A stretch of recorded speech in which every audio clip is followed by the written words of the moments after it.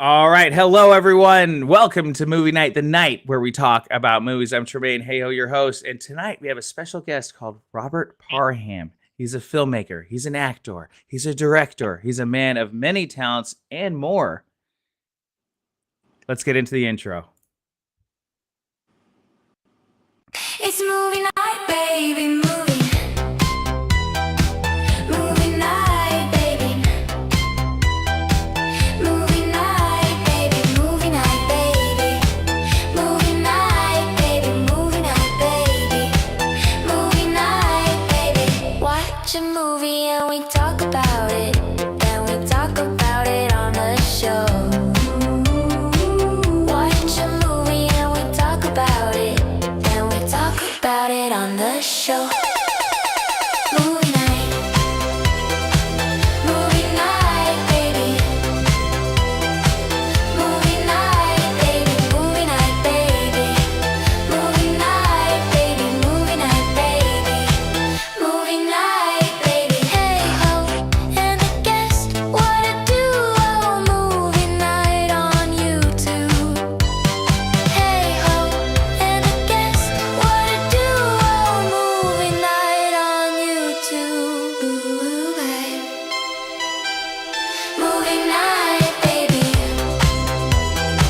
Movie night, baby. Movie night, baby. Movie night, baby. Movie night, baby. Movie night, baby.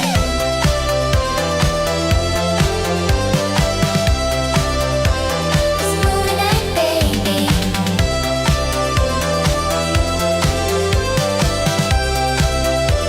It's movie night, baby. Movie night, baby. Movie night, baby. Movie night, baby. Movie night, baby. Movie night, baby. Movie night, baby.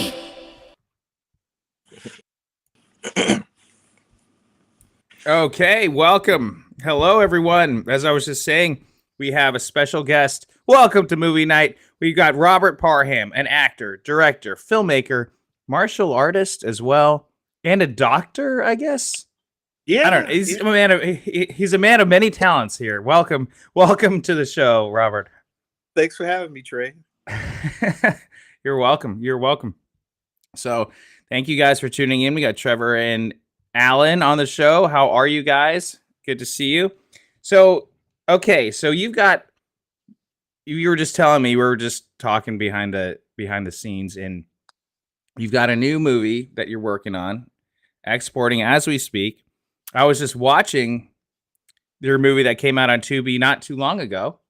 Mhm. And then we also saw your movie a couple months ago. It was last year. You went to the premiere of Bullets, Blades, and Blood at the IMAX. That was a lot of fun. So yeah, how are you doing, Robert?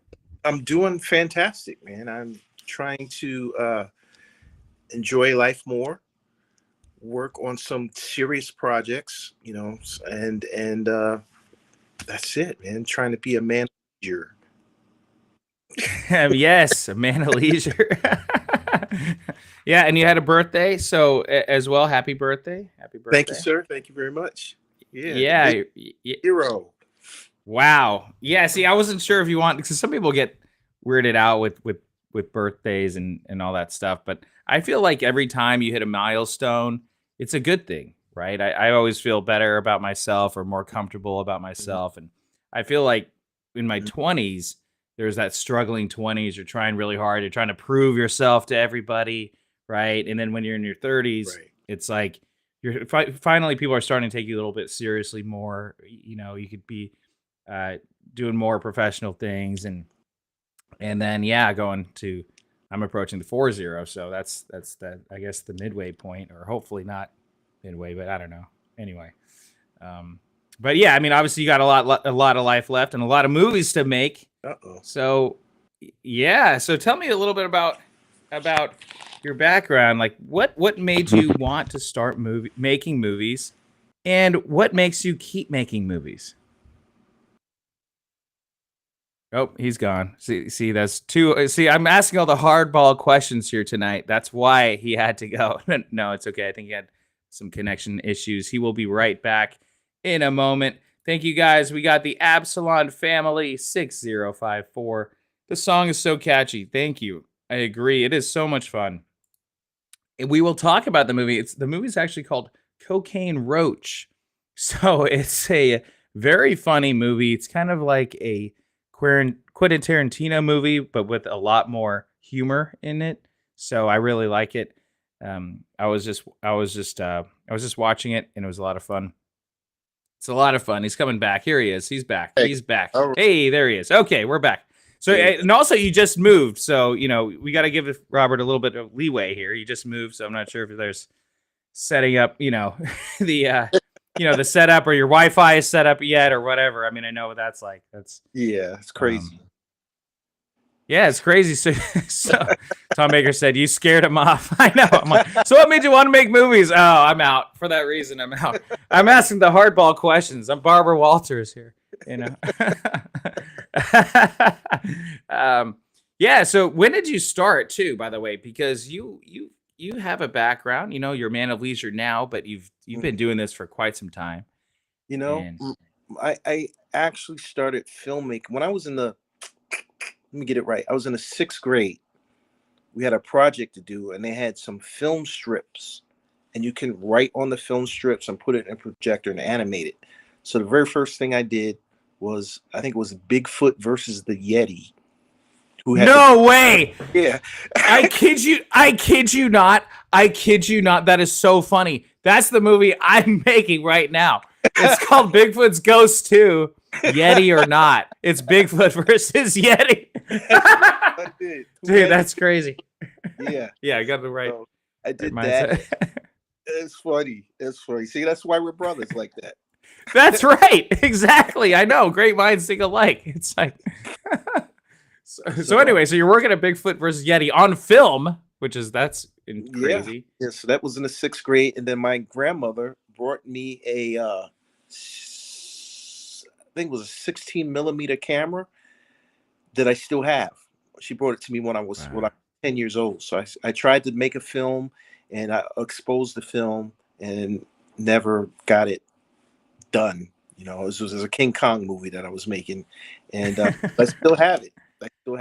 Tucked away somewhere. Wow. Wait, you exposed it or you overexposed it? I overexposed. Yeah. I took it out when I was a kid. Right. Is there any remnants of any of the look at all, or can you make it out? No. Okay. Yeah, I wish I could have. I know, dude. I have one. Or I have old movies where we lost the old video camera, or it's somewhere, or the mini DV tapes are lost in space in somewhere, right? Yeah. So, but the memory of making it is what it's all about. So that's what it's all about. Yeah. So you start out in 6th grade, and you go from there. Where did you go from there? After I joined the Air Force. So for those who don't know, I'm heavily involved in the martial arts. So I have martial arts friends who are in the business. I have a friend in Alabama that got me as an extra in a few movies. So I was an extra in Under Siege. I got to meet Steven Seagal and what's his name? What's that guy's name?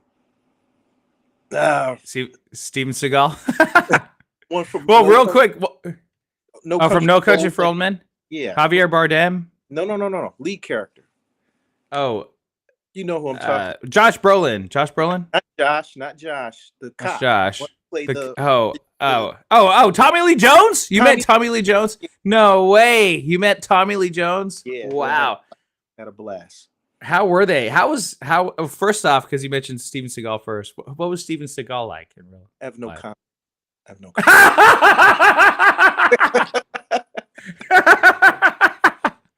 Because I've heard nothing but great things about that. But okay. So moving on from Steven Seagal. What was Tommy Lee Jones like? Tommy Lee Jones is awesome. He is awesome. Man, I can't say enough about Tommy Jones. And yes, I met Gary Busey too, Trevor. Oh, wow. You met Gary Busey as well? Yeah, wow. The straight clown. He's always joking. never a serious moment on set with him. Wow, that's incredible. Okay, so you get in these big movies, and it's like, Mhm. so are you now all of a sudden? Are you like, well, I can't go back to Bigfoot versus Yeti, or What happened? I you're did a couple. I was an extra in a couple other movies. I got to Bridget Nielsen and Matthias Hughes, and then I was an extra in The Insider. So I got to. I'm standing there, and I said the extras don't move past it, and I'm standing here right next to Al Pacino's standing right next to him, right? And I look away, and I'm talking to somebody, and I look back, and it's Al Pacino. Oh my gosh! I was Wow. like, oh man, Al Pacino's right there. He's like one of my idols, so to speak. And he says, "You got a good look. You got an agent?" I was like, "No."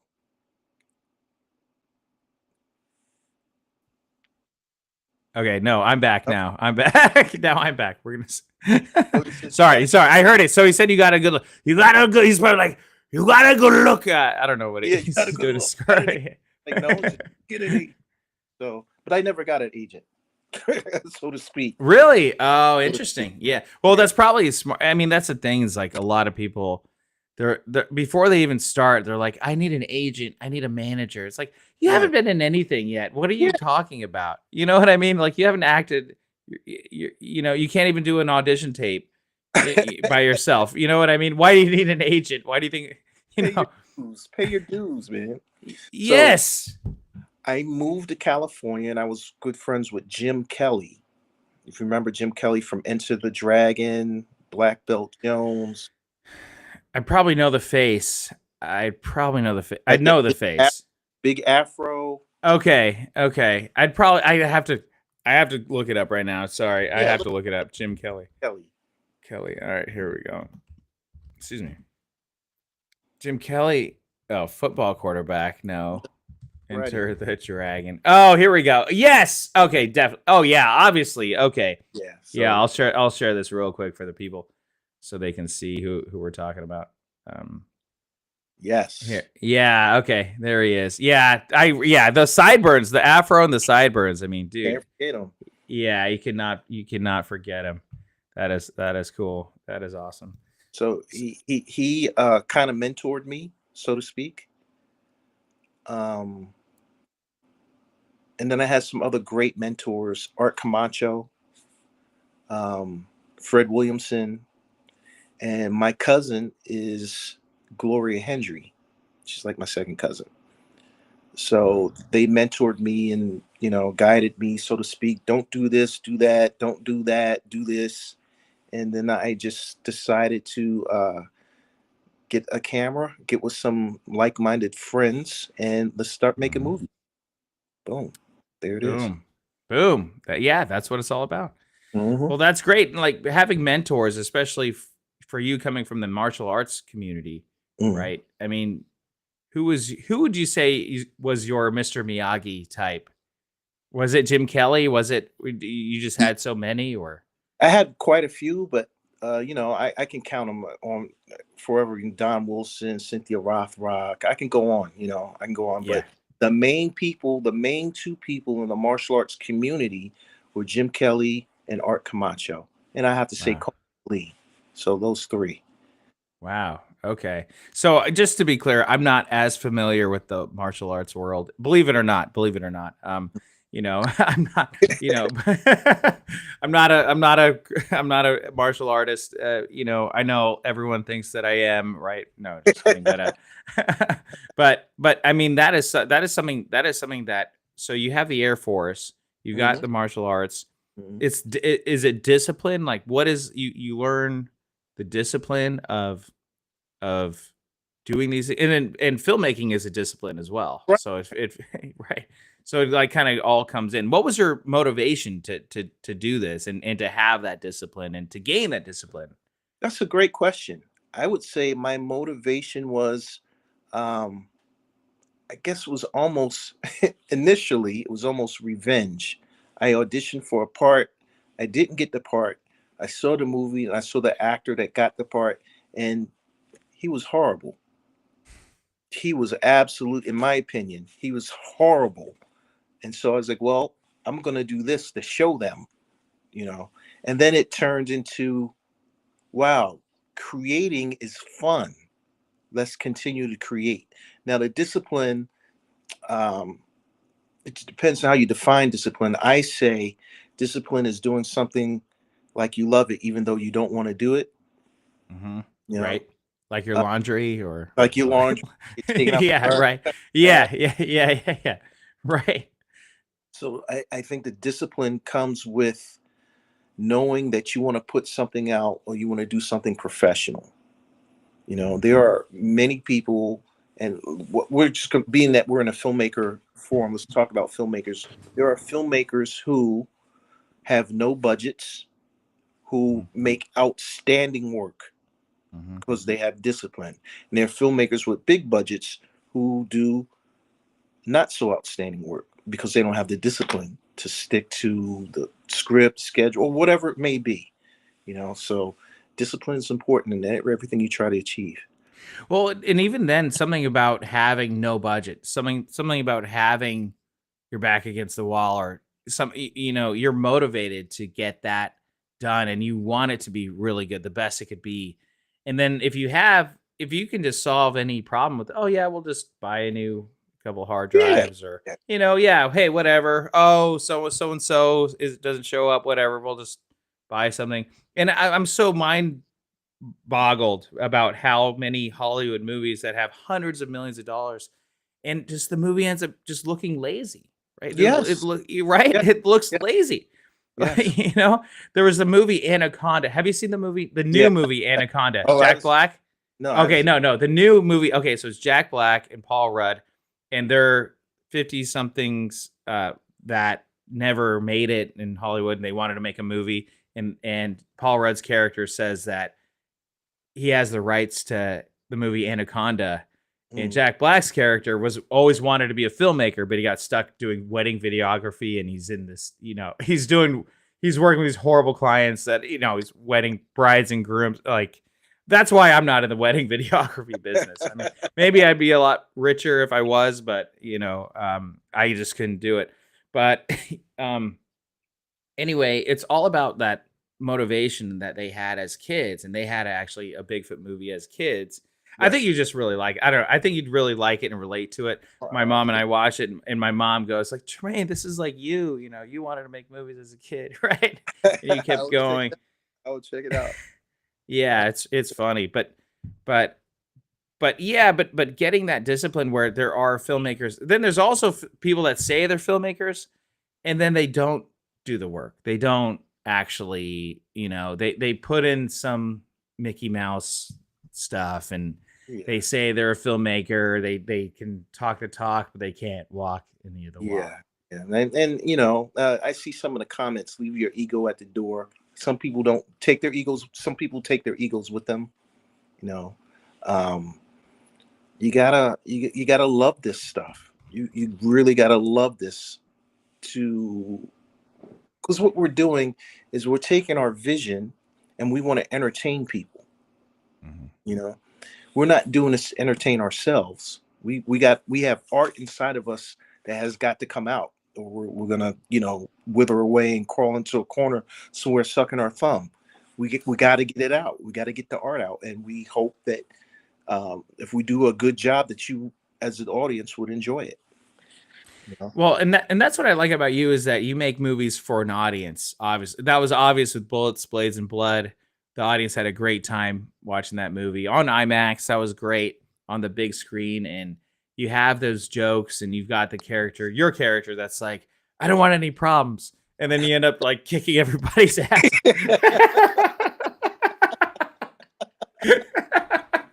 And then like there's the one part where he stepped on your tie, and you're like, I just bought that tie. Stuff like that, dude. I love all that stuff, because that brings me back to like Rush Hour, or any of those movies that they have those moments. It's a serious moment. They're fighting, right? And then it's like, hey man, I just bought that, or that's an antique. Like, it's like, Yeah, I I enjoy that. Trevor, I'm addressing Trevor. I'm looking at the comments. Yes, I'm a martial artist.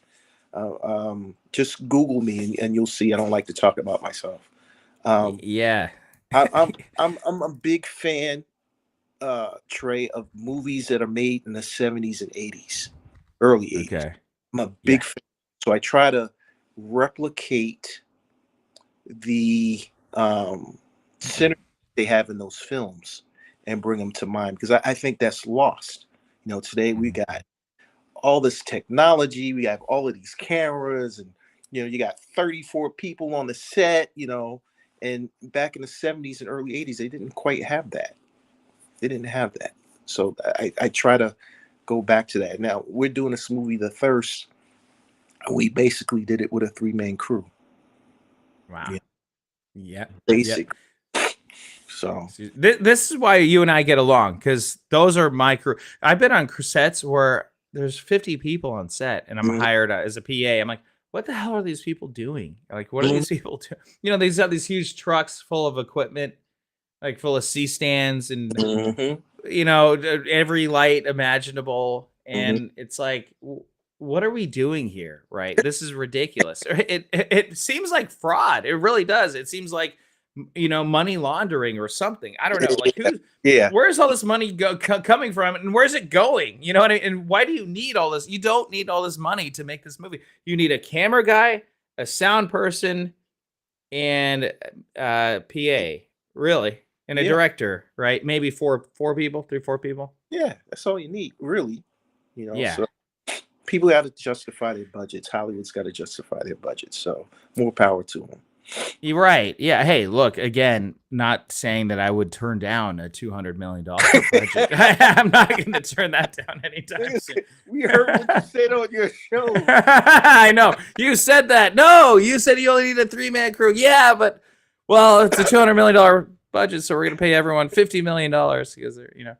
No, yeah, it's exactly right. It is less is more. And that is something that going back to the 70s and early 80s, you could tell they were thinking about the story and the performances. And even before that, even before that, if you look at It's a Wonderful Life or Mhm. those types of classic films where they had to plan everything out in advance, and they worked solely on performances, and they Right. couldn't do 10 million takes because they didn't Right. have You don't hundreds have of reels of.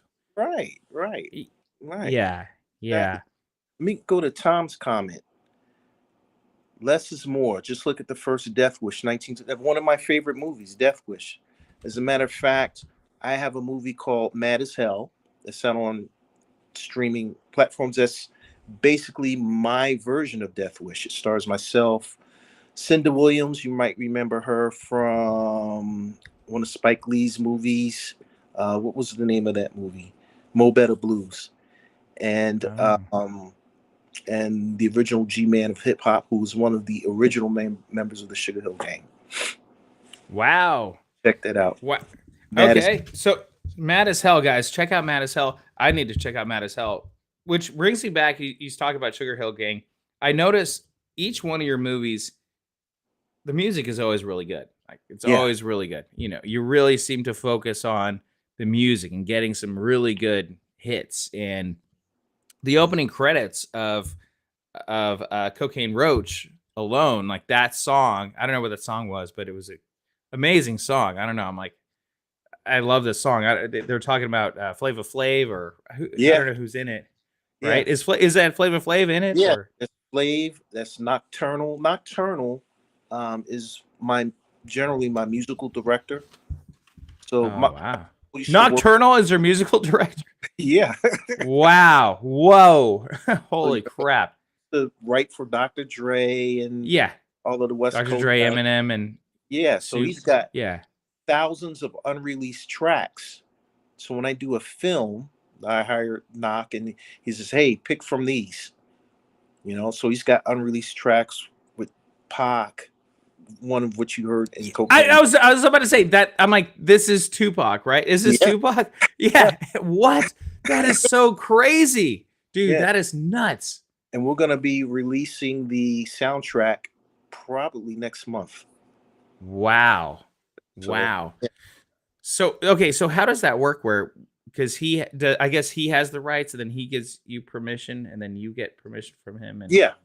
okay, And then we split, and monies go to some of the people that he has on his tracks, and then he gets a cut. I get a little cut. right. So everybody's happy.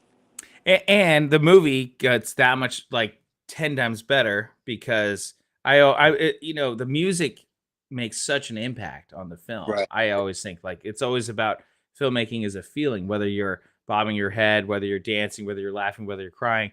Mhm. The music that you have, and I'm like, dude, what the hell is this song, and why haven't I heard it? It. Yeah, that's really cool. Thank you. Yeah, Yeah. I was fortunate with that. Well, yeah, I mean, I guess because you grew up in, you said, okay, so you're in New Jersey now, Right. but you've been you were in Oakland for a long time, right? Right. Is that where because there's a lot of musical influence in Oakland. Where did all that come from? For me, I connected with Nocturnal some years ago through a mutual friend, through a mutual publicist, so to speak, and we just been tight ever since. So I'm a big fan, once again, of the movies from the 70s, the blaxploitation films. Okay. And if you look at Shaft, Yes. you Oh yeah, Up Down. that's one of my dad's favorite movies. I'm like, yeah, it's a great movie. Yeah, Oh my gosh, yeah. Soundtrack. I was about to say, look, I was a kid. I'm probably 10 years old, and my dad's blasting the Shaft soundtrack, and like I'm in the back seat, and it's like, like, he's a bad motherfucker. Yeah, it's like, shut your mouth. Shut your mouth. you look at Superfly, and you think of the soundtrack, Curtis Mayfield. Yes. So I try to replicate that. Yeah. The wheel's already, it's already done. So why not use it? So I think one of the things that are missing from independent filmmakers is a great soundtrack that they can also monetize. So you got your movie that you want to monetize, you get it on Tubi, et cetera, and so forth. Well, what about the soundtrack? Is the soundtrack better than the movie? Is the movie better than the soundtrack? Well, as a filmmaker, who knows? Who cares? As you got income coming in from both. Well, exactly, and it's not about being better; it's about what's promoting what, right? And one promotes the other. But some people see, like, well, I'm in the cinema soundtrack loop on Spotify, and all of a sudden I heard the soundtrack, like, oh my gosh, this is incredible. Oh wait, it's from a movie. I need to see this movie, right? And then first off, then you see the movie, and you're like, I love the soundtrack. Or maybe they hated the movie, but they might love the soundtrack. Soundtrack. Right? Exactly. Yeah. So you can't go wrong if you got both. No, you're absolutely right. You're absolutely right about that. Let me address this question. Do we look up 2021 version? I assume of Mad as Hell. You're gonna look up. I think the easiest thing to do is to type my name in, Robert Parham, Mad as Hell, and it should pop up. Because I think I did that movie in 2022. And you were mad as hell when you did it, right? No. I'm mad as hell and I can't take it anymore. I did that. I don't know if you know that monologue from Network back in the day. Yeah. I did that in my drama class back in the day. There's an old video. How did it go? It went really well. It did really well. The camera guy, I had a camera guy film it. Who's my friend? My friend who did it, and he didn't zoom in, so it's like me on stage. I'm like 1,000 miles away. Way in the back. Yeah, like I'm way on stage, but I did well. I got an A. Okay. But okay, there you go. So I got to ask you this because I wrote this in caps. So your movie Cocaine Roach, in the beginning. So by the way, guys, you guys got to check out Cocaine Roach on Tubi TV. And YouTube, please don't demonetize us. Please don't do that. So you say it's based on a true story? What true story? What true story? The roaches got. See, here's the thing. So everybody thinks about the roaches, but it's about the relationship between the guy and the girl. bodyguard and the. Okay. That's story right there. Okay. Their Okay. that's what it's based on, their relationship. Uh, So everybody, no, it's the roaches. The roaches don't do that. This is well, yeah, yeah. Well, I think maybe I don't know. My personal opinion, you could say inspired by true events. I don't know. Inspired by a true event. I went for the You dramatic. did, yeah, yeah. But it is like I'm like either there's part of this that's true, or he's just saying that tongue in cheek. All the events are true. What I liked about that movie too was you had you had all of the commercials in the movie. Yeah. And I noticed it before those actual commercials came on. I'm like, those are Parham puffs,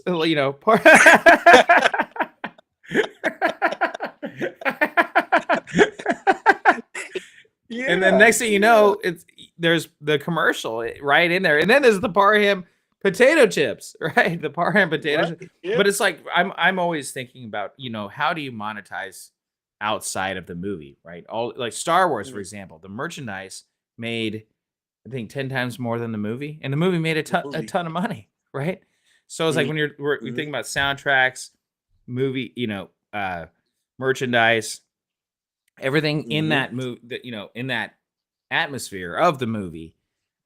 That's great that you have that mind, that you're not just thinking about some short filmmaker that's like saying, oh well, I want to talk about my story with me and my ex-girlfriend, and it's like you got to look above that, right? You know what I mean? right. Because it's show business, right? It's a show. Yes, it's a show, but there's also a business behind it, right? Yeah, this show, and the words that are missing are me the. So show me the money. business. Yes, show me the business. Yeah, business. That's what's said silently. Yes, exactly. Okay. Oh, okay. Oh, I'm so sorry. Chris Wallace has to jump off for auditions, so he's doing an audition at 7:30. Sorry, Chris. But yeah, tune in, watch the rest later. Mr. Big League over here. Mr. Big League doing the auditions. But yeah, okay. So, but how many movies? So, okay, when was your first feature film? And then you made. How many shorts did you take to make before you made your first feature? How many shorts did I do? I think I did about 6, one of which I directed, one of which I produced, other ones I was actors in. My most successful short film that I was involved with is a short which is on YouTube called Buster Jones. Checked it out. Okay. Buster Jones. And then after that, it was feature films. So my first feature film that I was involved in as a producer, et cetera, and so forth, was Jackson Bolt, starring myself, Fred Williamson. Yes. Oh yeah. Yeah. And that was the first. That was your first one. That's the first one that I was. Yeah.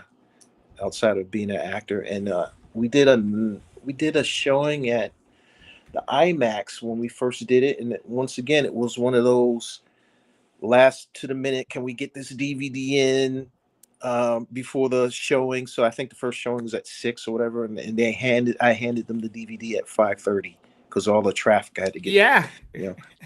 We sold out 2 shows. Wow. Nice. Sold them out. Wow. So again, go to YouTube and type up Jackson Bolt, and you will see the lines around the corner. It was a great night. It was a fantastic night. Well, and that's the thing. When you premiere a movie and people show up and they love it, right? Mm-hmm. Is that your level of high adrenaline, drugs? Right? Like, is that you get bit by the bug, right? That feeling is such. It's hard to describe. It is. It's very hard to describe. It's almost, to me, because I used to be a competitor. I used to fight professionally. It's that same feeling for me.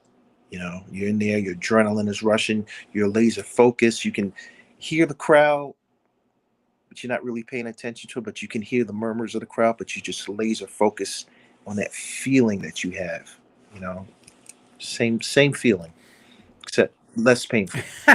Yeah.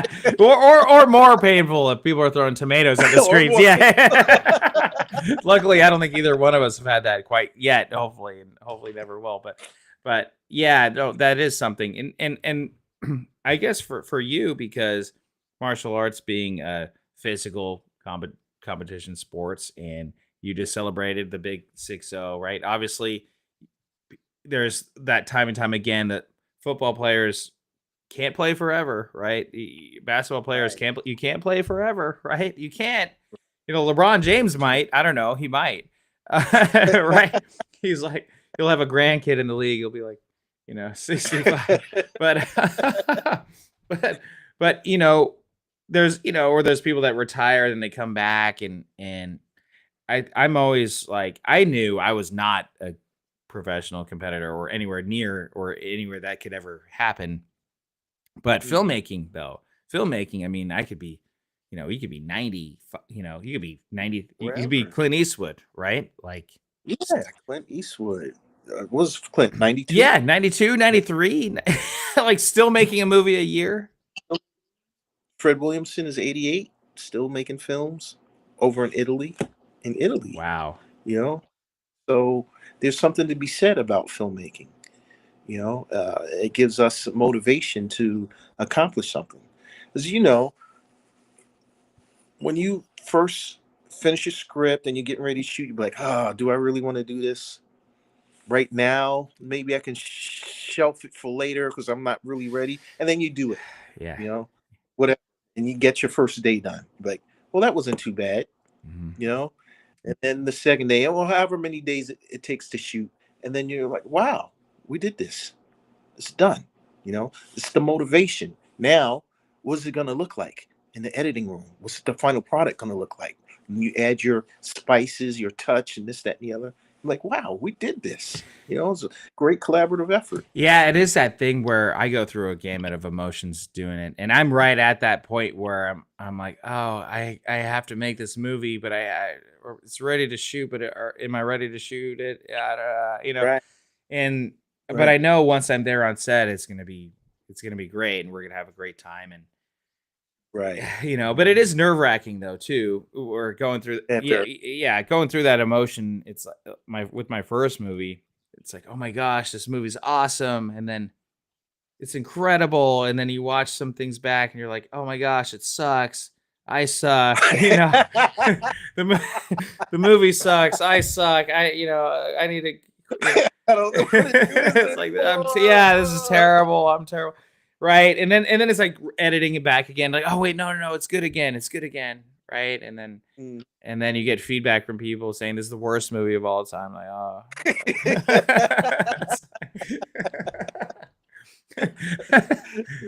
Yeah. I mean, look, like, it takes a village to make a movie, and it takes a lot of Right. guts, man. It takes a lot of guts. It really does. How do you deal with criticism with people? Do people come out of the woodwork say like, yeah, man, I like that one movie, but that other movie was not so good. Like, what was that? What was up with that? Yeah.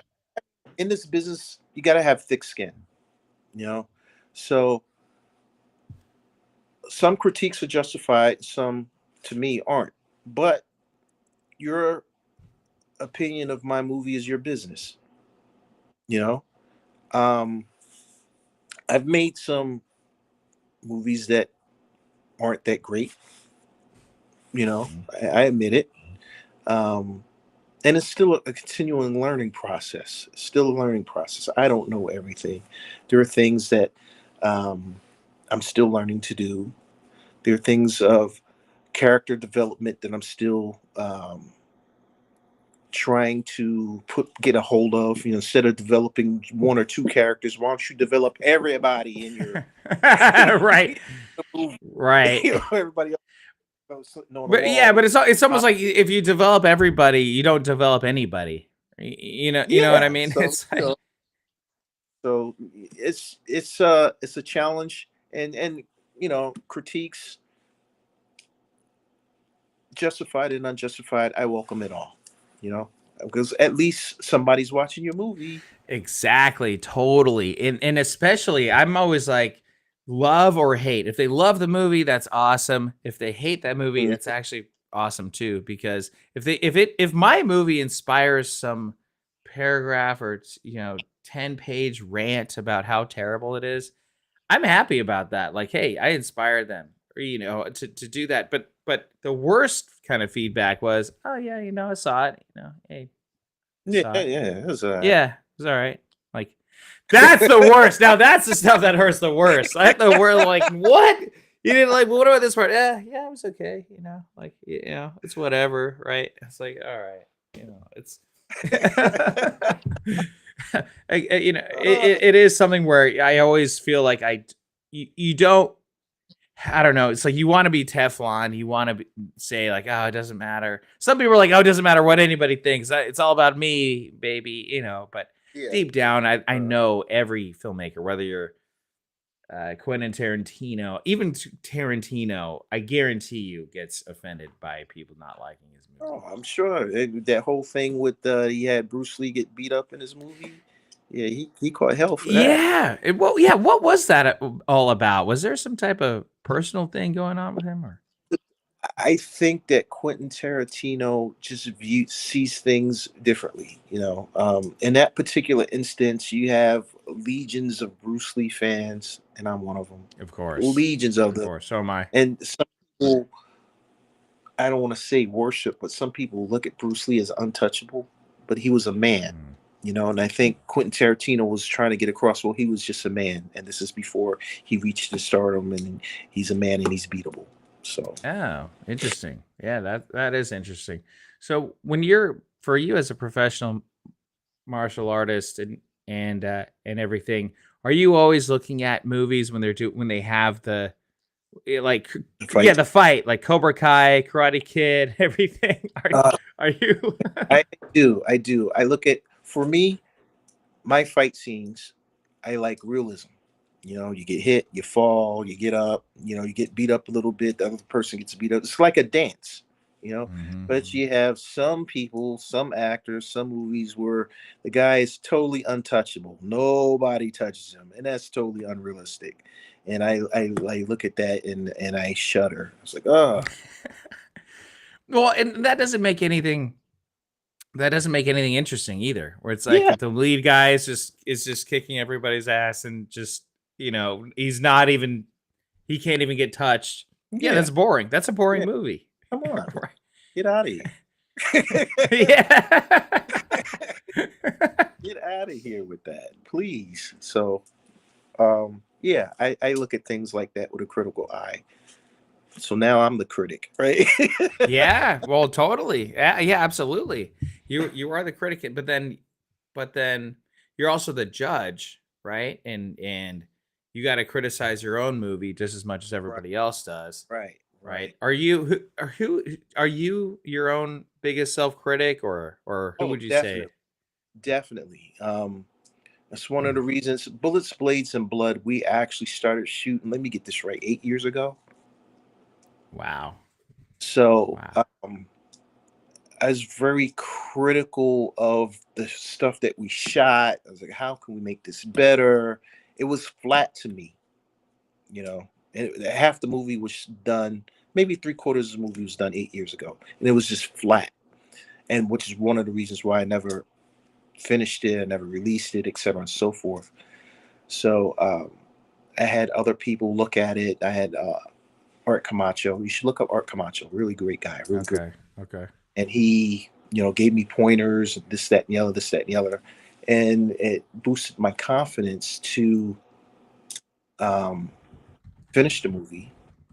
My biggest critique of that movie, outside of some technical issues, which we've overcome, was that my character gets his ass kicked a lot. Right. But that just to show it goes. I took an analogy from Rocky. It's like Rocky gets beat up, but you have to kill him to stop him. So right, yeah, he gets beat up all the time, but you have to kill him to stop him. So that was the embodiment that my character took on. Yeah, I like that. I really like that a lot. Bruce got robbed. He should have been in Kung Fu. Yeah, yeah, he was. He actually developed the concept for that. It's supposed to have been called The Warrior. There is another movie called either The Warrior or Warrior Yeah, with that came on for a little while, and this, that, and the other. Yeah, that was yeah. by Bruce Lee's script, original script writings. Oh wow. Oh cool. Oh What wow. later became Kung Fu. What later became Kung Fu. Yeah. Oh cool.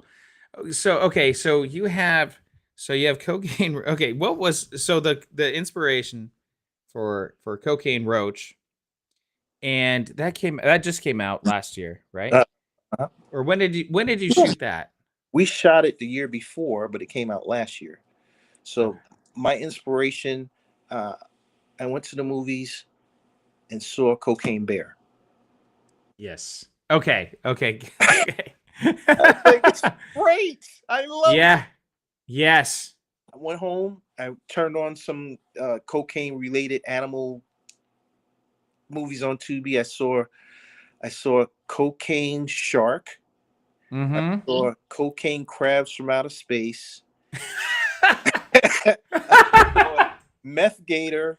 A Meth Gator. I was just about to say I've seen Meth. I haven't seen Meth Gator, but I've seen the Meth Gator was poster. pretty good. Meth Gator. Okay, I haven't seen it yet, but And I saw Cocaine Cougar. come on. Trey? I have not seen that. No, that sounds not like an animal we're talking about. Yeah, But so, yeah, Cocaine Cougar was I'm not gonna make any comments on people's movies. You just gotta watch it and decide for yourself. Okay. Oh, you know what? That brings up a question to me. So, since making movies, have you become less critical of movies or more critical of Because movies? like I can't watch a movie without deciphering it. You know, Yeah, right. without like, oh, they should have went in this direction. They should have went. They should have moved the camera over here. They should have moved that light over here. You know, I think one of the few movies that I can't critique, I look at it and enjoy it, is Citizen Kane. Mm-hmm. What's that movie that Denzel Washington did? Flight. I love. Oh, Flight, dude, that's one of my favorite movies. Oh my gosh, I love that movie. You know, to me that's almost a flawless movie, almost flawless. I agree. I agree with you on that. I actually can't find a flaw with that movie. I saw that movie for the fourth or fifth time about a month or two ago. Mm-hmm. It's on YouTube now, free, officially. It's on YouTube, and it is so good. And oh my gosh, his lines! I love the flawed character. I always love the kind of anti-hero, right? I love that. Oh my gosh, and Denzel is so good. He is so good. Oh yeah, I love him. Jermaine just made Cocaine Bigfoot.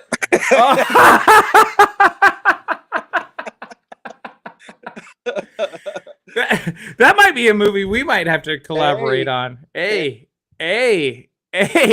like no joke. There's something to that.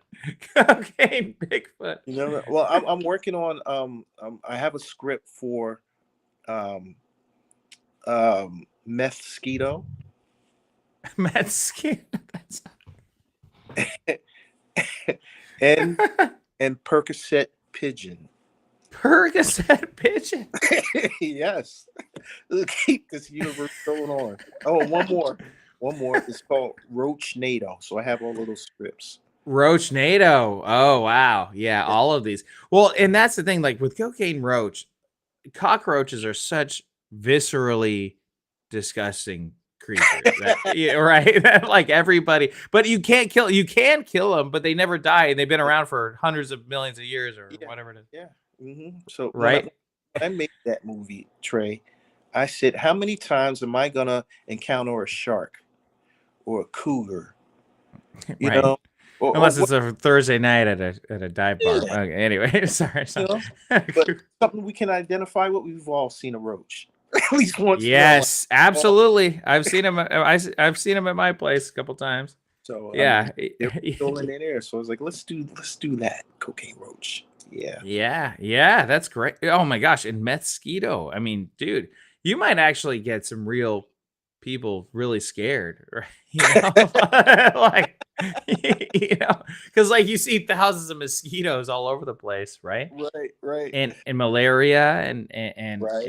and all that. That's why the Alfred Hitchcock's The Birds is always scary. It's like, what if, dude? I think birds outnumber us. I forget what the actual thing is, but it's something like 100 to 1, Yeah. or something crazy, or like 1,000 to 1. I don't know what it is.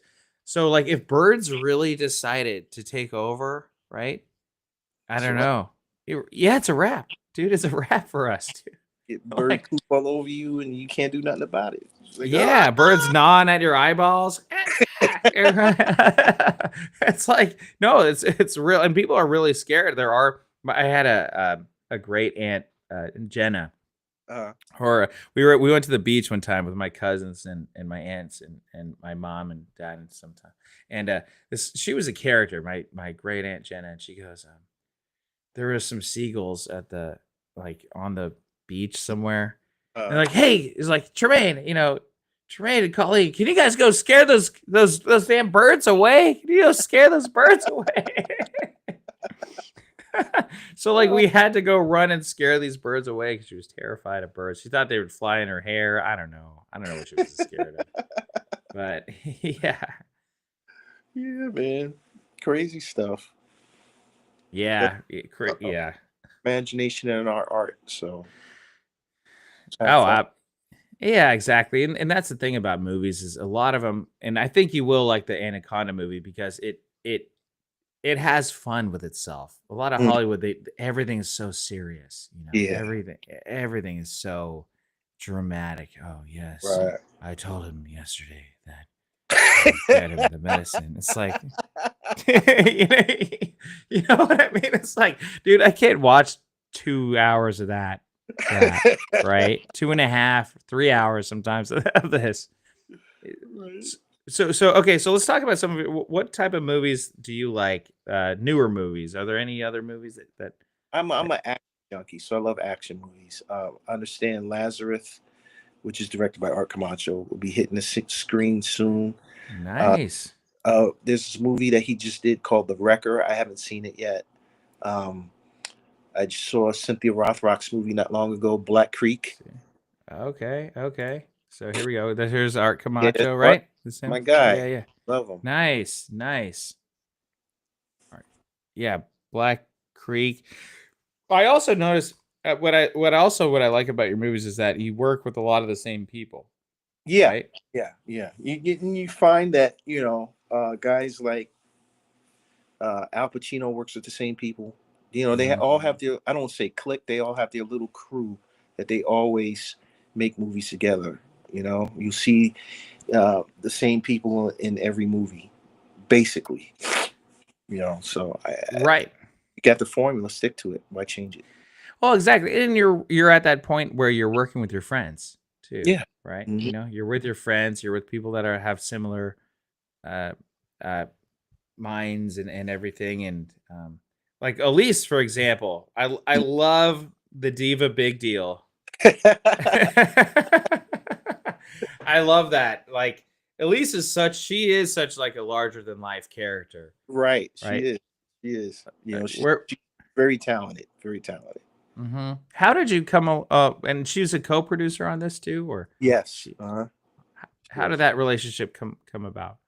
Well, we when I talked about doing Cocaine Roach, um, she actually had a character be the big deal that she did when she MCs a show. She wears this big gigantic wig, you know, and um, I said we need to make that character come to life in film. Now I think she had did it once or twice at a show that she was MCing, and so I took her character and I said, I want this character to be you on steroids. You know, on Or on steroids, cocaine or on you know. meth? Yeah. So she did that, and I had when she interviews the gentleman is Ron Cat Spearman, and for those of you who are into funk music, Ron Cat is part of the P Funk Funkadelic, P Funk All Stars. Oh So wow. Ron, he's got his group called Cat Delic. So I didn't tell Ron what was going to happen. I said, "Hey, Ron, Elise's character is going to interview you. Just roll with the punches, you know."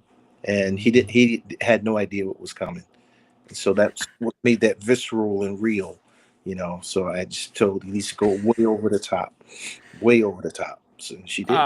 Yeah, and Great. she did. She really did. And then there's the music video, right? When he Uh does the huh. music video. Uh huh. Yeah. Yeah. So okay, and then I need to finish the last 20 minutes of it, but I will, and I will. Okay. Okay. Yeah, tonight. But yeah, so what would you say what type of advice would you want to give yourself, cuz you just turned 60, so maybe when you were first making your movies, what type of advice would you give yourself today, from Looking back, yeah, looking back? be patient, be selective, and endure. Wow.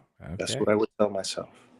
You know, Okay. when you're younger and you get into, you just want to get stuff done. And you know, be patient. It'll come. You know, it'll come. Do it right. Don't rush post production. You know, Mhm. and then it'll endure. Endure. You know, you're gonna run into difficulties. You're gonna run into challenges. People not showing up on your set that's supposed to be there. Oh, yeah. Okay, that actually brings me to one of my next questions. But sorry if I cut if I No, cut you off. go ahead. Yeah, what has been your biggest challenges on set? Some of your challenges and stories. I've had quite a few. I've had lead characters show up about 4 hours late. 4 hours, dude. 4 hours. You know, I wasn't very happy about that. Um, I had another where I was gonna, a person came in late, and we were just gonna kill the character off, just write him off, and go in another direction in the movie. And then my challenge, and then you have challenges like when I did Bullets, Blades, and Blood, it was supposed to go one way, but now what I had this footage, you know, 8 years later, how do I make it relevant and how do I wrap a story around the footage that I shot? Mm. Those are challenges. Well, I like how you did that too, because you had that how it started out. Which, by the way, guys, you gotta check out Bullets, Blaze of Blood. Is that out yet Not on? out yet. It'll be out in the summer. Okay, it'll be out in the summer. Be on the lookout for that. Very fun movie. It is a very fun movie, and I've seen it before. And you also submitted it to the Golden Bear Film Festival, so I appreciate that.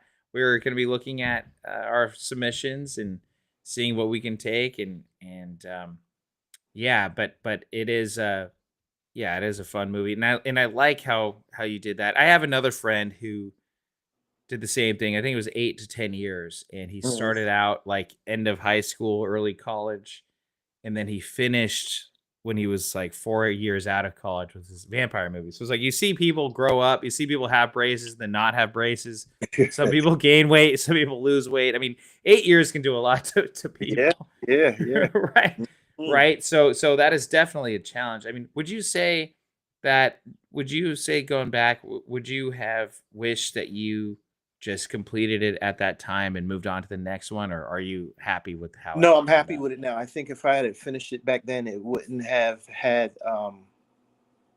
it wouldn't be the movie that it is. If I'd have finished it back then, I probably would be looking back on it now like, man, that's garbage. You know. Yeah. Right. Well, yeah. I don't know. Like I'm 50-50 with that where I'm like, hey, it's almost better to just put it out there and then you could laugh at it 8 years later. So, oh man, I made some I don't know what I was doing with that, but but but you but you move on. And yeah, with your process though, tell me a bit about your process. Are you behind the camera too? Like Yeah, actually filming it, or you sometimes or I am. Sometimes I am. My whole process, usually my movies start, unless I'm inspired by looking at something or somebody or situation, I usually start in a dream. I usually will have a dream. I wake up in the middle of the night and write it down what my dream was, because usually you forget in the morning. yeah, that's And then true. I'll expand the script from it. You know, I'll expand the script and I'll write for people I already know who will fit the part. Mm-hmm. I'll call some friends and I'll probably try to get a name actor, actress, see if they're interested, and then we'll lock locations and shoot. Boom, that's it. I try not to shoot a movie more than 14 days. The quickest Nice. I've done, I did a movie called it's called gee, how did I forget the name of the movie? I directed this movie just last summer with Willie the Bam Johnson. He's it's called Loyal Justice. He was in the Really? TV series, the WMAC Masters. So I did that, and we shot that in 2.5 days. Whoa, a feature film? Feature film, 2.5 days. What? That's crazy. Yeah. That's crazy. Mhm. Dang. Was it all one location or? No, it's a lot of locations, but the locations are close to each other. Okay. Right. So we had access to everything, and boom, boom, boom. We scheduled it and knocked it out. And were the actors good with their lines? They knew their lines right on the spot and Mhm. oh Mhm. good. Everything was prepared, so we just went in there and went to work. So when you're making a movie and do you let are you like there's the Kubricks and then there's the Eastwoods, right? Mhm. Clint Eastwood does one take and then he moves on, right? then there's Kubrick who does 50, 60, 70, 80 takes. I And it's like I generally 3 takes. Generally 3 takes. If it's something I just gotta have, then it's as many as we need to get what I want. But it's usually no more than 3. If you look at Mad as Hell, there's a part where Cinda Williams does a soliloquy. She Mhm. has her a real trying moment on her cheating husband. One take. That was one take, and I Wow. did it. Everybody was silent on set. It was probably the greatest one take that I've ever seen, that I've had privy to direct. Wow. And there is that certain aura that happens when you get that take and you just kind Mhm. of know. Everyone just knows what that is. Mhm. And shoot, I was just about to uh I just thought of something, but okay, so if you were okay, let me ask you this. So if you had all of the budget in the world, any actor in the world, Mhm. any actor, any actress, what type of movie are you gonna make? I would make an action movie similar to, if you took John Wick, if you took Sonny Chiba and put them together, I would make a movie like that. You know, Okay, I haven't seen Sonny Chiba. What is? you gotta. There's a movie called, and Quentin Tarantino's a big Sonny Chiba fan. Matter of fact, a lot of his movies, Kill Copy Bill. Sonny Chiba? Matter of fact, Kill Bill is Sonny Chiba's in Kill Bill. Notorious. Oh, really? Yeah. Oh, yeah. Okay. Yes, Sonny Chiba. Yes. So Okay. you watch Trey. One of the movies you have to watch. One of the movies that's got a really great story from Sonny Chiba is The Street Fighter. Watch that. The Street Fighter, like Street Fighter, Street Fighter. Watch like that. Street Fighter, It's, like the video game movie based on the video game. yeah, but it's way before. Oh, before that. Okay. Okay. Oh, he gone. He gone. He'll be back. Tremaine / Robert Parham collab. I agree with you on that. I mean, Cocaine Bigfoot is not is probably an incredible idea for a movie.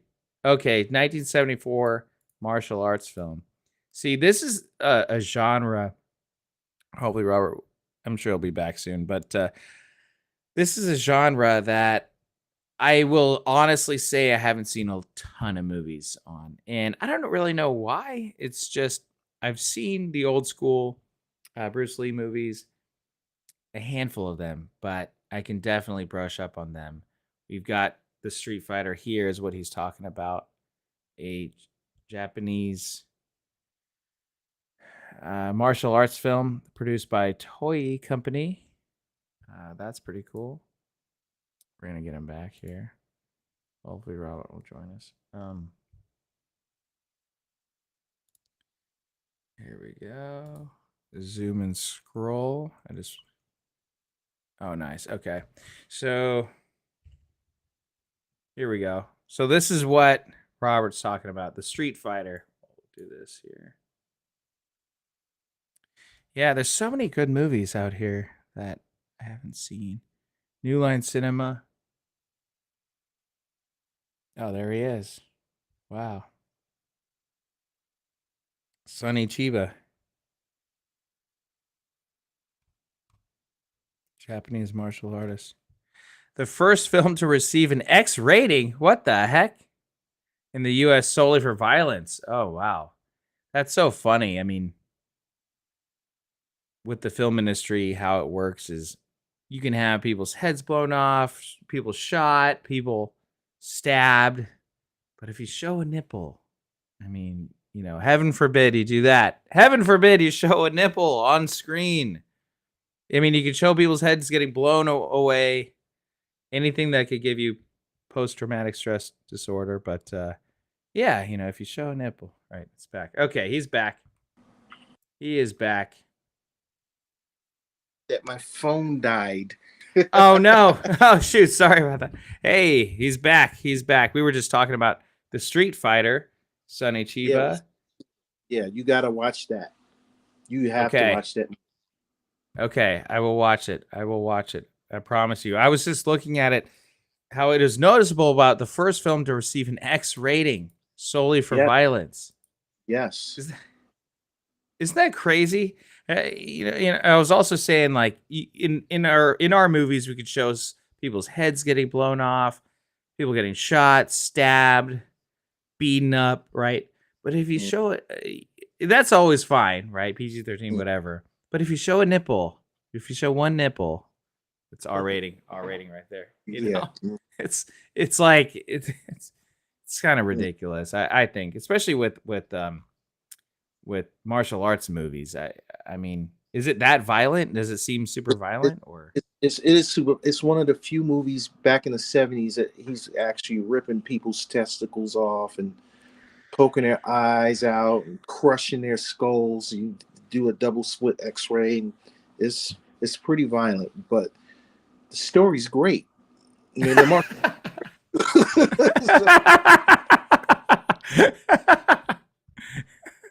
Dude, that is funny. Well, okay, I take back what I was saying. Okay, that might have been justified at the time, especially.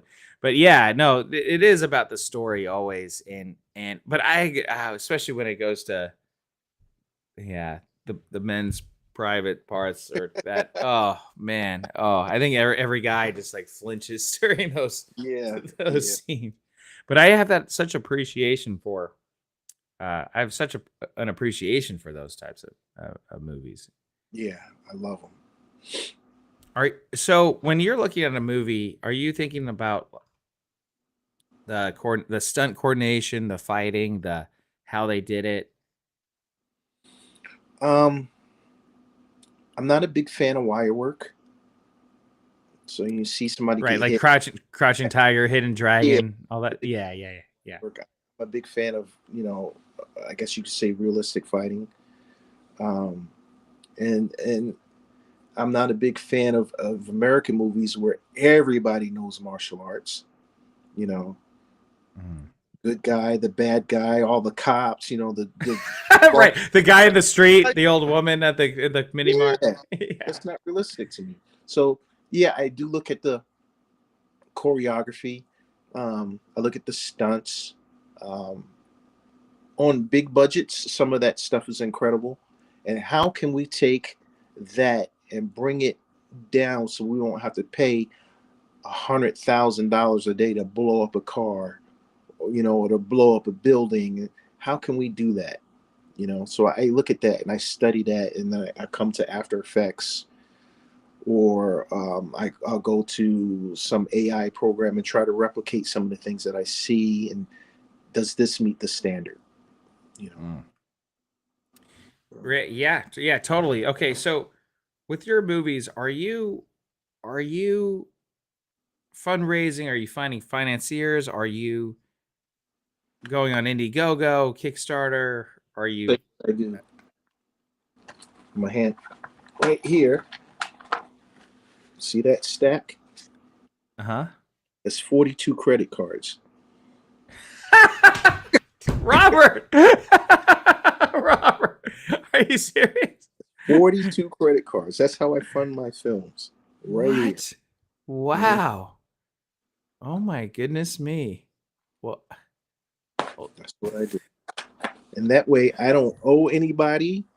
I don't, oh, know, investors or where's your how's your film doing? This yeah, only person I rely on is myself. wow. And the creditors though too. Yeah. You gotta, So, yeah, yeah. Yeah. Well, yeah, no, I hear that for sure because my first movie wasn't a success and I had people that invested in it and mhm. that's a tough that it almost made me want to not make another movie. I mean, it really did Mhm. because it that feeling is so detrimental and luckily my latest one though, I took a lot less in and I self-financed most of it Mhm. and paid everyone back plus 20%. So, Yeah. you know, Mhm. like that's kind of where it is. I think always the thing about filmmaking and I get that, but there are people that want to fund your stuff, right? There are people that have that extra money that say, "Hey, look, Robert, I'll give you $1,000 to do some type of Yeah. stunt, or right, or I'll give you a car. I'll give you this my beat up car that I'm gonna take it to the pound anyway, And right? if You know, they're out there, contact me. yeah, yeah, hit him up, guys. Hit him up. Yeah, yeah, good. So it's not like you're not open to help like that, right? Oh, I'm open to it. I am open to it. Because So I don't want you to have a million because that is another thing, like having a million creditors on your back or whatever yeah, too. I mean, it's credit cards. I just, pay my $40 a month, $50 a month for the rest of my life, and then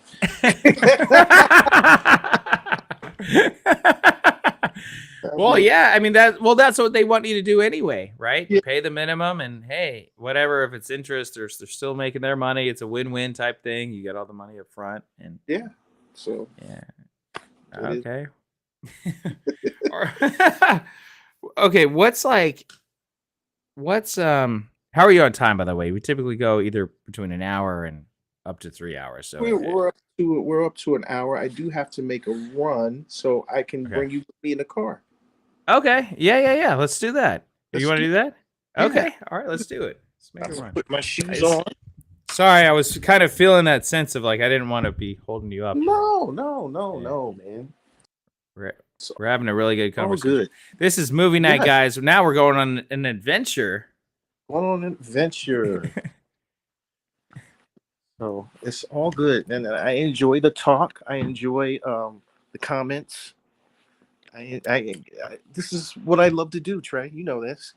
I Oh yeah. love stuff. Yeah, so Tom Baker, by the way, Uh, he was saying Netflix is too dramatic. Netflix is giving the Z's. Oh, he gone. Maybe his phone died again. But we're gonna go on an adventure with Robert Parham himself. This has been such a good episode from filmmaker to filmmaker, and he's little bit more experienced than I am in film, and he's made some really good movies. And you guys need to watch his films and have fun watching them because they are fun movies made for audiences. He is a very audience oriented filmmaker, which not every filmmaker is. I will say that. Make today's death wish. I don't know if I don't know if it could be done. Yeah, for sure. You were talking about the chief on X. He's a retired police chief. He writes and presents movies. I told him he should make a movie. He writes and presents movies. So what do you mean that he went that he writes and presents movies? What exactly do you mean by that, Tom? That's devotion. Yes, we are going places. We are. Where we're gonna go, I don't know. We will see.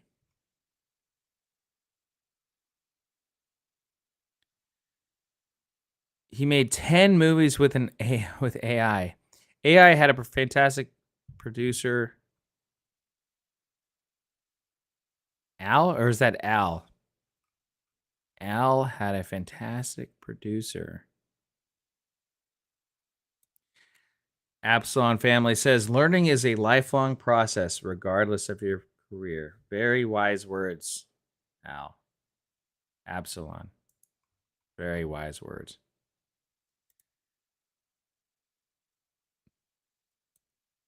All right. Anybody got any jokes? I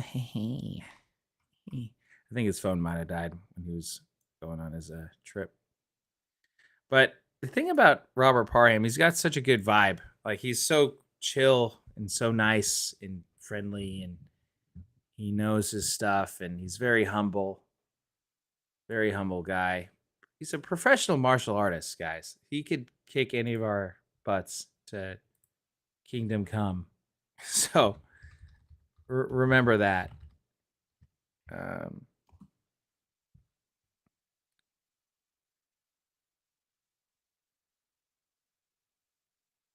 right. So yeah, he was in the movie Under Siege with the Insider. Let's go over. So we got Jackson Bolt. Let's actually talk about Jackson Bolt over here. Oh my gosh. Yeah, Fred Williamson. He had Fred Williamson in his movie. Jackson Bolt. You can watch it on Peacock.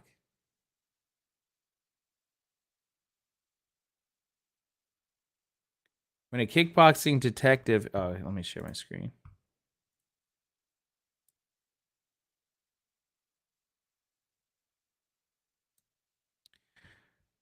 When a kickboxing detective is betrayed by his partner and framed for murder, he must do whatever it takes to clear his name. Nice. I like that. Fred Williamson, James E. Meyer, and Robert Parham. Jackson Bolt. Look at this poster. I mean, come on. Come on, guys. Who's going to argue with this? There he is. He's back. He is back. I'm back. It's a little dark in here, so It's okay. It's all good. there's no reception in the hallway, so I'm sorry about that. That's why. Yeah, no worries.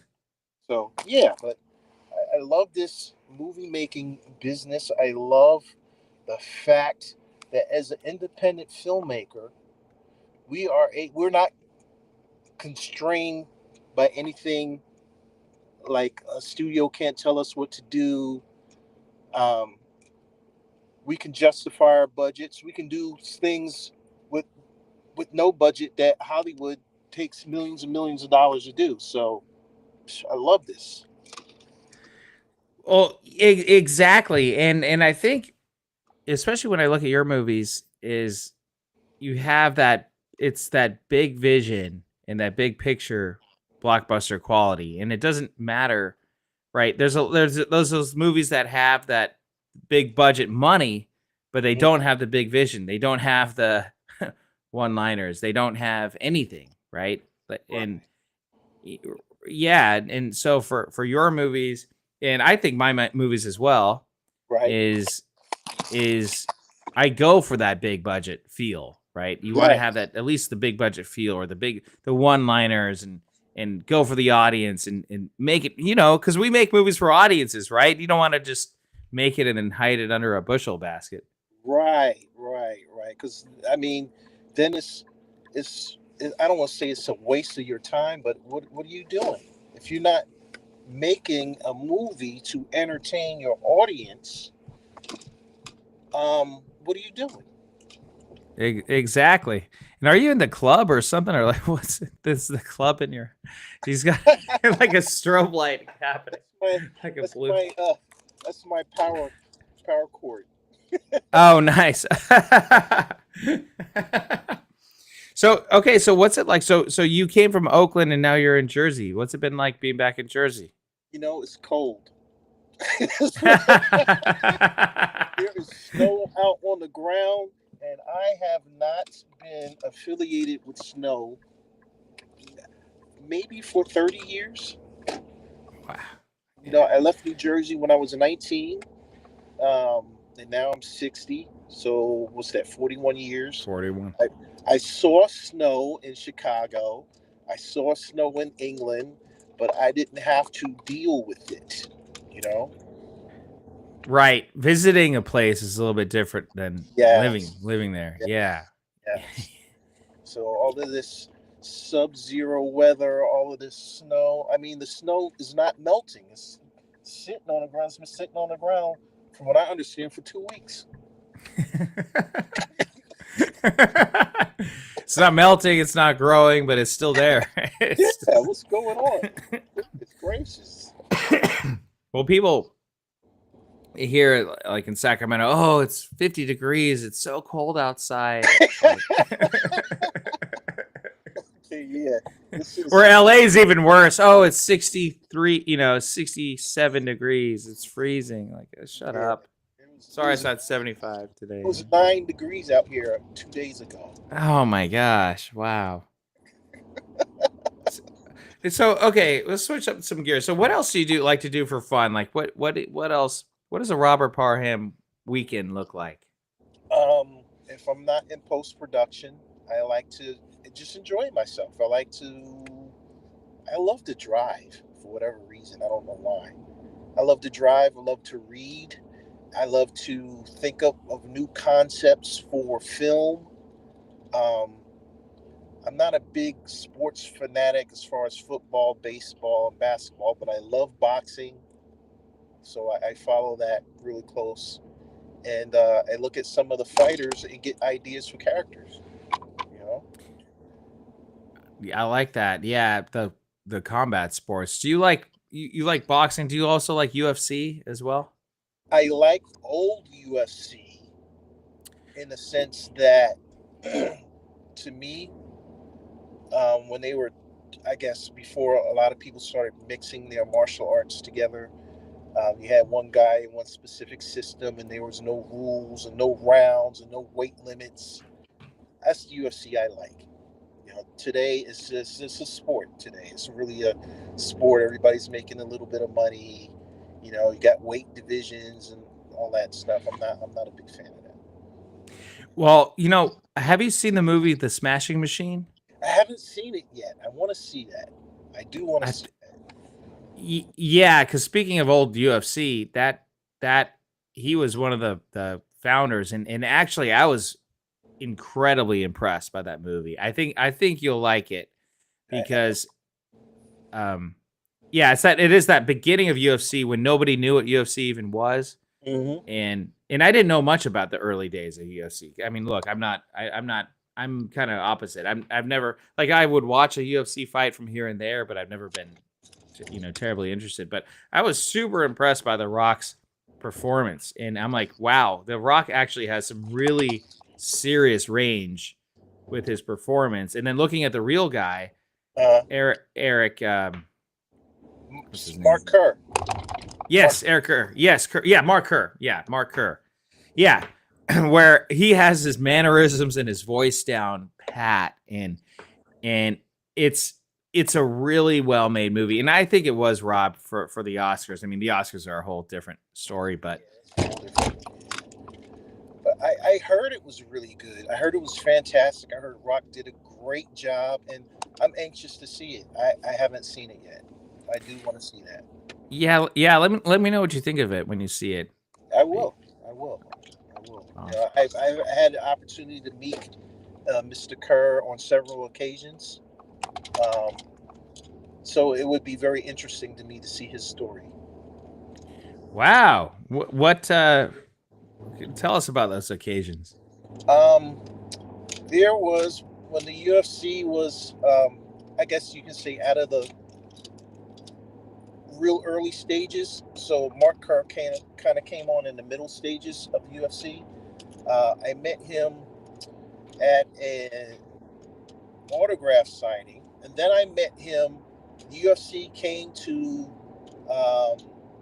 Bay St. Louis, Mississippi, and who was fighting that night? Maurice Smith was fighting. He was fighting. Oh, what's that guy's name? I can't remember his name, but he's a real popular UFC fighter. He's just a brawler. I can't remember his name. And Kerr was there. And at the time, I was working for a martial arts magazine, and I got to sit down and talk to him and his philosophy on fighting and wrestling and this, that, and the other. So it was pretty cool. It was pretty cool. I was like, wow, okay. And little did I know they would make a movie about him years later. Right. Yeah, totally. And I think that's what's so interesting about especially sports biopics where they can have someone that was maybe a relatively unknown now or a known now but was a big deal in a certain ways years ago as well, like in going back into that world and the stuff that they had to deal with and the Yeah. adversity that they had, right?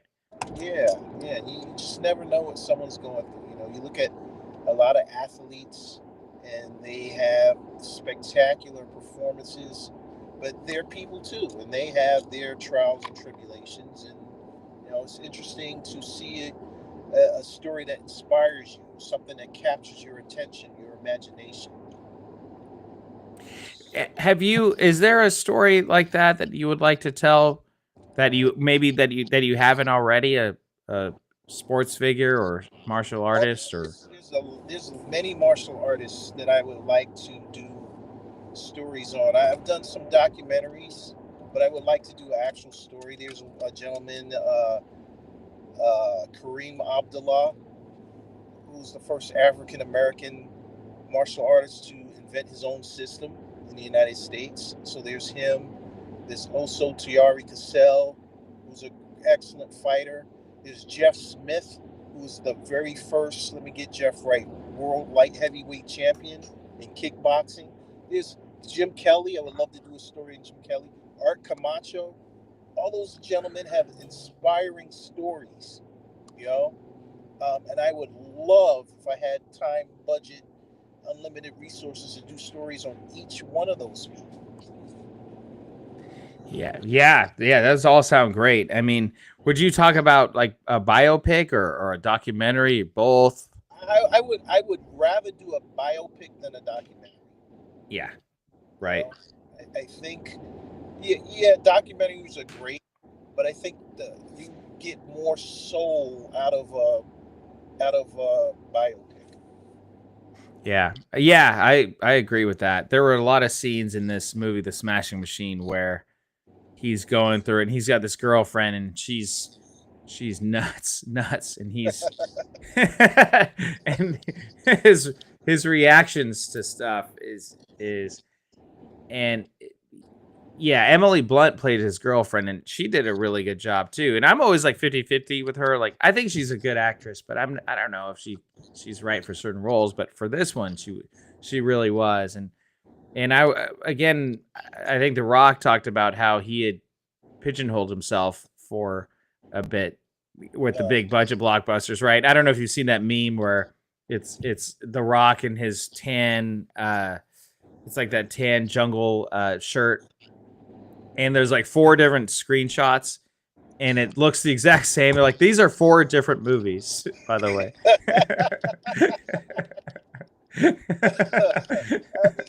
See, and one of the things about some actors, some A-list actors, is what you just said.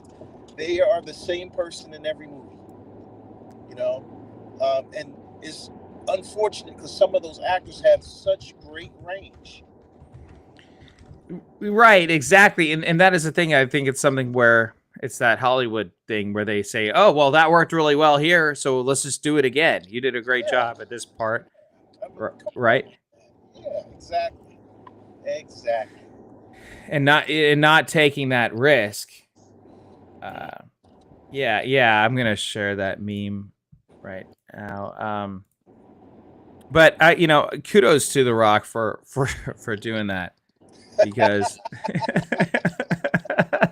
it's like it's right. Am I right? It's like, okay, come on now, guys, right?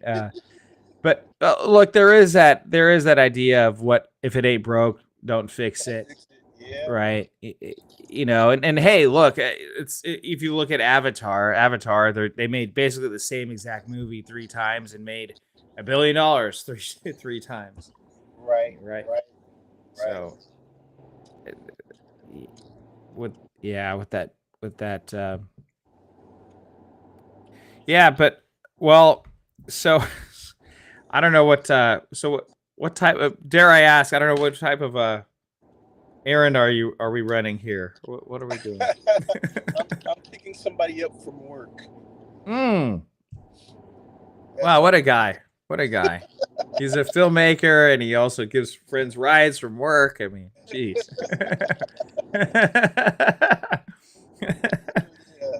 Yeah. Well, I guess I think I've left you. You know, we've talked a good amount. Well, I think we left it at a good point where we've got a lot more to talk about. We've got a lot more movies to talk about. Oh yes. Yes. Yeah, and so to everyone out there, where can everyone find you to follow you? The best way to reach me is on Facebook, Robert.Parham. Or Okay. my email is mayhemfilms, MEYHAM films, FILMS @gmail.com. Okay, here we go. I'll put it up right here. I'll put it right here, guys. Guys, reach out to Robert. If you guys are investors, guys, reach out to Robert Parham. Help make some more movies, some cool movies. Always got to keep going. Also, check out Cocaine Roach. The link is in the description below. It's on Tubi TV. It's a fun movie. I'm going to finish it out after we get off on here, and I'll let you know. And Thank Robert, you. yeah. Oh, yeah. You're welcome, man. Thank you so much. We get along so well. And I don't know. Maybe Cocaine Bigfoot needs to happen. I don't know. Sounds like we might have to do that. I think we might have to do that. So I will come back to California for that. please do. Awesome, guys. Well, hey, guys, thank you so much for tuning in, everyone. This has been Movie Night, the night where we talk about movies. I'm your host, Tremaine Hayhoe, and I'm going to, hold on. Yep. Signing out on the outro. Thank you. Thanks again, Robert. Hit that like button, guys, and subscribe. And I'll see you on Friday. Good night, everyone. Good night. It's movie night, baby.